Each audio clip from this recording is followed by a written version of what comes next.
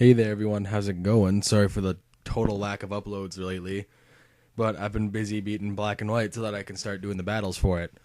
Excuse me. Now, this video is pretty slow since my computer's really a piece of crap and can't record the video very fast. So it's pretty slow. Like, this is ×2 speed and it still looks kind of choppy. The game isn't actually this choppy, but anyways, I lead off with my samurai guy. I'll tell you his name in a second when I can read it.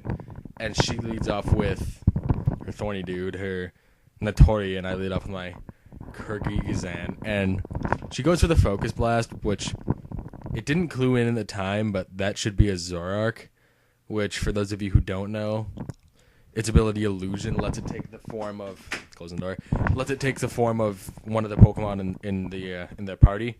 I'm not sure exactly how it works because I haven't used one yet or read too much about it, but I should have known by now that was a Zoroark because it was faster, but it didn't really click in. I was just confused. This is against a guy named Daniel, by the way. I found him in a chat. He's a good guy. Yeah, he's a good guy. So now he goes for some unknown dark move. Apparently it's like Dark Pulse but better and might lower accuracy. As I go into my Burungaru or something. I suck at pronouncing Japanese names, even though I'd taken like 3 years in a Japanese class in high school. Beside the point. It's a bulky ghost water type. It's a special wall, essentially. It's what's functioning as a special wall in this team. I made this team out of like exclusively 5th gen Pokemon, so you'll get to see some new stuff. So I stay in for some reason because I don't really have much to take a Dark Pulse. I've worked on this team quite a bit since, so...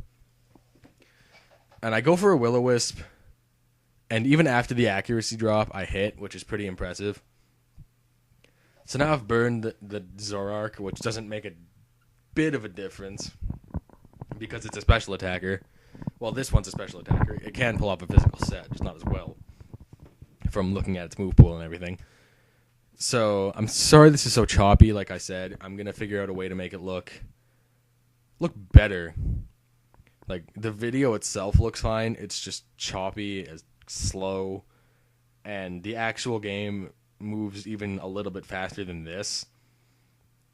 Maybe just like a little bit. Definitely faster than that. So, I'm going to work on it. So, I've already lost like 2 guys to this, essentially, because my one guy's down on a sash, and I lost my Bungaru, or whatever, which is my ghost. So now I go into my Kojando, who is a scarfed fighting type. And I go for my high jump kick, which is...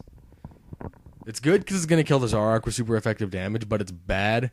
Well, it's not bad. There's nothing bad about it, but using choiced fighting moves in this game is risky. Because there is a Chandelier Pokemon who is Ghost Fire and has Shadow Tag.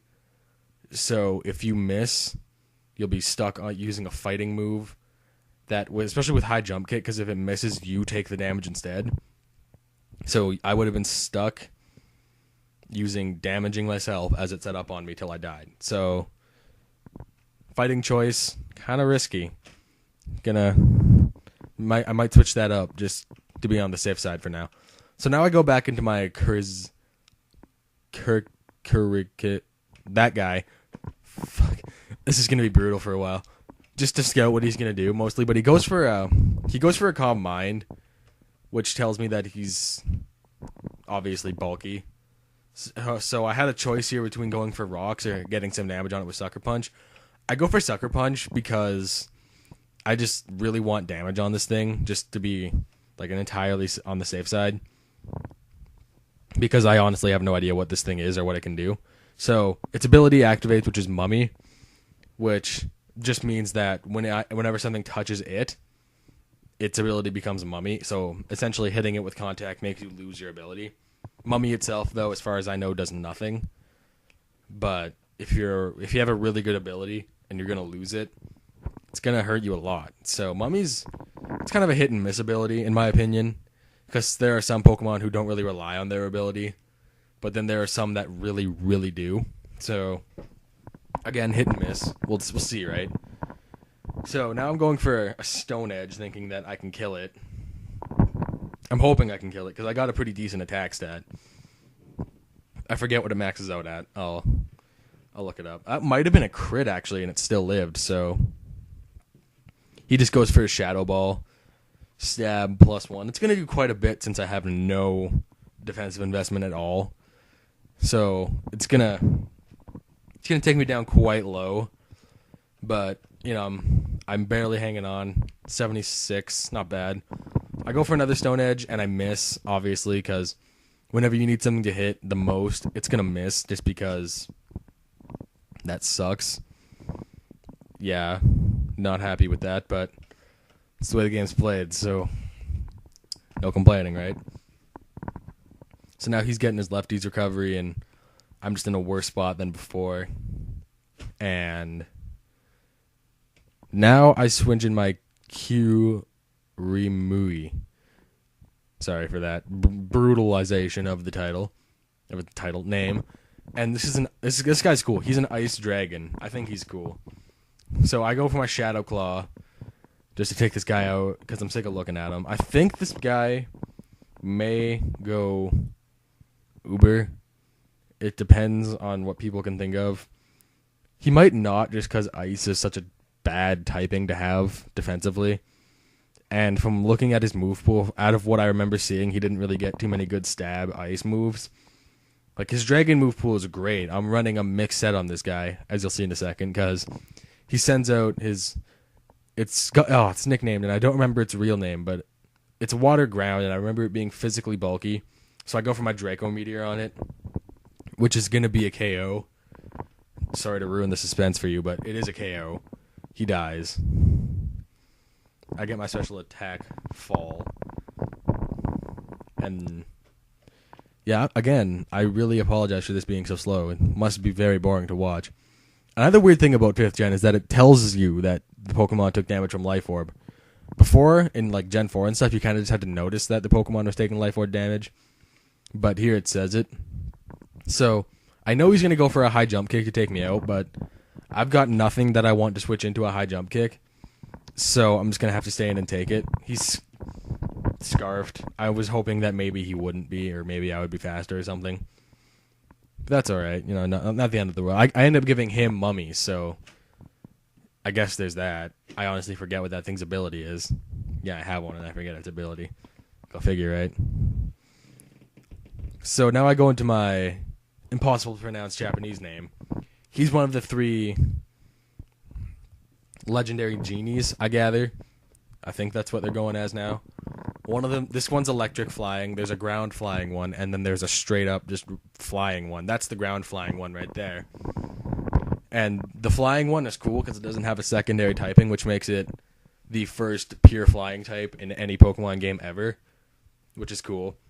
And I didn't get to show it off, but this guy has an ability called Mischievous Heart, which means any non-attacking move has priority, +1. So, like, if he would have stayed in, I would have gotten the nasty plot up before he could have done anything. So that would have been pretty cool.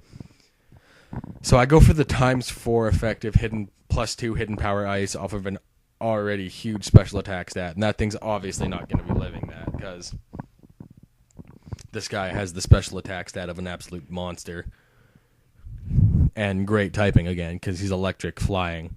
Same typing as Zapdos. Very, very defensive typing. It's good to have. It allows him to switch into a lot of hits. Just got to watch out for the Stealth Rocks. So, and then he sends out this thing, which is just huge bulky. It's that thing that Zorak poised as in the beginning. It's Grass Steel. It's just got ridiculous defense.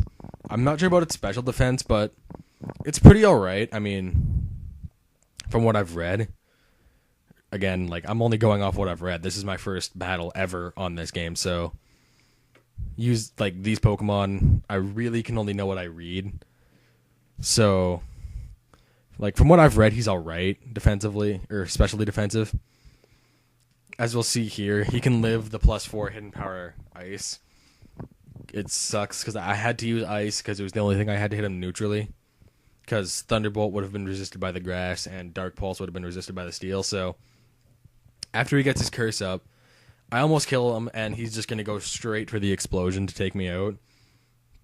Which is smart, because he could have swept me. I could have swept him, rather, otherwise. And An interesting thing about Explosion in this generation is that apparently it doesn't use half of the defense stat anymore. It uses the entire defense stat, which pretty much means Explosion just got half as strong in this generation, which is weird, but maybe it's for the best. I don't know. I like exploding on stuff, so I don't know how I feel about that. I think we're 1-on-1 now. I go to my Dorizu, that mole guy, and I tried running him as like a physically defensive set, like pure defense. He's got max defense and max health right now. And after this battle, he got immediately cut because looking at his stats and stuff, it just doesn't add up to where I want it to be. So he's gone. And the high jump kick is going to take me out. So that's pretty much a good game. Daniel, if you ever see this, good job. You beat me by a lot. Good job. Thanks for watching. Rate, comment, subscribe, and I will see you later with more black and white battles. Thank you.